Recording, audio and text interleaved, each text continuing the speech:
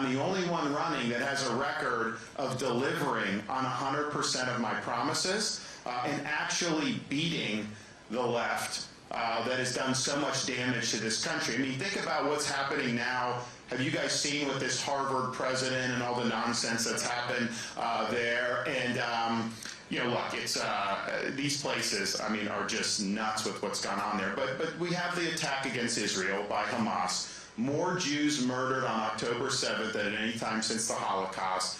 And what's the response of these universities? You have students out there protesting in favor of Hamas. First of all, some of it is like they have such ideological blinders on. Some of it is they're just ignorant about a lot of this stuff. They don't know their history. They don't know what they're talking about. I mean, I get a kick out of when they say that Israel is somehow a colonizing power. I'm like, excuse me, Jews were on that land thousands of years ago. Just open up a Bible and read the Bible, and you see Judea and Samaria, all those areas, the connection goes back thousands of years. The Jews were forcibly displaced. They're not the colonizers, so you have all this nonsense. But you ended up seeing how these university presidents responded to that. Very mealy-mouthed, refusing to show moral clarity, not even willing to defend, not even willing to condemn calls for genocide against Jews, not protecting the safety of their Jewish students. And so this became really, I think, a national disgrace. And then you have somebody like the Harvard president, a serial plagiarist, plagiarizing all this stuff, and not a serious scholar, just lifting these passages from other people. And so eventually now, you know, she got forced out. And the media actually is trying to say that conservatives are weaponizing plagiarism as a tool to go out to students. I'm like, wait a minute, isn't plagiarism just wrong? I mean, if you were an 8th grader and you're lifting passages, they would fail you. But somehow the Harvard president, it's somehow she's the victim because she did this. But what it shows is there's an intellectual and moral rot on America's university campuses now. Universities are supposed to be about the pursuit of truth. They're supposed to be about academic integrity, and they're supposed to be about preparing our students to be citizens of our republic. And yet, in recent years, over many decades, but I think it's gotten a lot worse over the last 10 or 15 years, these universities have really indulged in ideological indoctrination. And it's imposing a certain worldview and really even suffocating dissenting voices that has become kind of the common cause of these universities. That is a dead end for this country. And so she loses her job, finally, should have happened a long time ago. I'm the only one running for president. And how many times Republicans have been complaining about universities for years? How many Republicans have actually done anything about it? In Florida, we've done stuff about it. We eliminated so-called DE&I from our public universities. They say it's diversity, equity, and inclusion, but it's really a whole ideological view to try to impose an agenda of social justice onto the university. If you look how it's actually implemented, DEI better stands for discrimination, exclusion, and indoctrination. And that has no place in our public universities. And we eliminated it in Florida.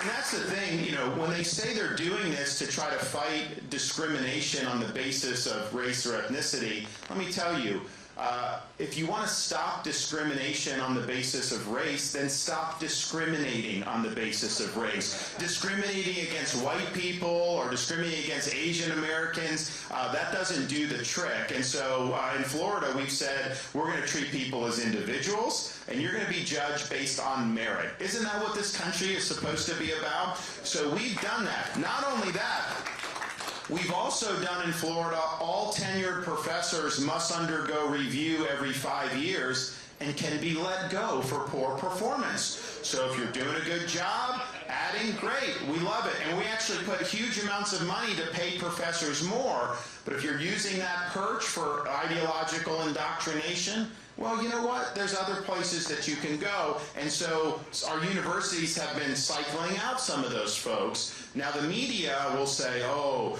there's people leaving the state of Florida, professors, if they say it's like a brain drain. And I say, wait a minute. If Marxist professors are leaving Florida, that is not a bad thing for Florida. That is a good thing for Florida. And we've also just said, you need people in positions of leadership that are going to recenter what the university mission is. So we have a small liberal arts college in Sarasota called New College of Sarasota. And it's supposed to be Florida's top honors college by statute. But really, it became almost like a Marxist commune, left of the left. Low enrollment, low interest. They weren't producing what was intended. And so some of the members of the legislature came to me like, well, can we just eliminate it? I'm like, oh, that's fine. I mean, but there wasn't support to do that. So I was like, look, if we're going to fund this, we want it to serve the interests of the people of Florida. So I appointed 7 conservatives to the Board of Trustees. They fired the president, hired a conservative president. They eliminated critical race theory and DE&I. They abolished the gender studies department, and they reframed the mission of the university to be a classical liberal arts college, similar to like a Hillsdale College in Michigan. And so what that has done now, they brought in a lot of professors from other parts of the country because people realize, even people that are more liberal realize, a lot of these universities, you don't have free speech. You have to toe the ideological line, otherwise you're not going to go. Well, here, all the viewpoints are welcome, and so you have more people that are going there. And so now they have a flood of applicants from parents all across the country going. Now, I don't let our universities raise tuition, so in-state tuition in Florida is about $6,300 for our universities. Out-of-state tuition is $16,000, so that's less than what in-state tuition is a lot of places. So you have parents from all across the country doing it. And think about it, as a parent, you spend 18 years, putting values, instilling values into your kids. You send them to a university, and they're going to undo that in 4 years. Like a lot of parents don't balk at that. So they want to be in an area where a setting where they're actually pursuing truth, and where the truth matters, and where integrity in academics matter, and where citizens are given the type of education that our founding fathers understood was important to be able to produce good citizens. So we've led on that. We haven't just talked about it. Nobody else that's running has done a thing about it. And part of the reason we have where we are is because of the way colleges are accredited. You have these accrediting bodies, no one elects them, they just show up, and the federal government can approve who's a valid accreditor and who's not.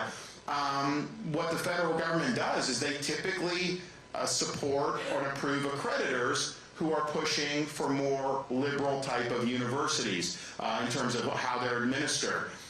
When I'm president, we're going to change that. Instead of saying you will only get accredited if you do DE&I, we will say you will not get accredited if you're doing discriminatory policies. You're going to get accredited if you're doing the core function of what a university is supposed to be. Trump was president for 4 years. Did he do a single thing to challenge the orthodoxies at these universities? Did he do anything to push back and reform? No. And so you've got to do it. And I'm telling you this, if these universities are making common cause with Hamas, I am not sending your tax dollars to these universities. This is ridiculous. We've got to start standing up strong. The other thing that I've actually done stuff about, you hear a lot about the threat posed by China.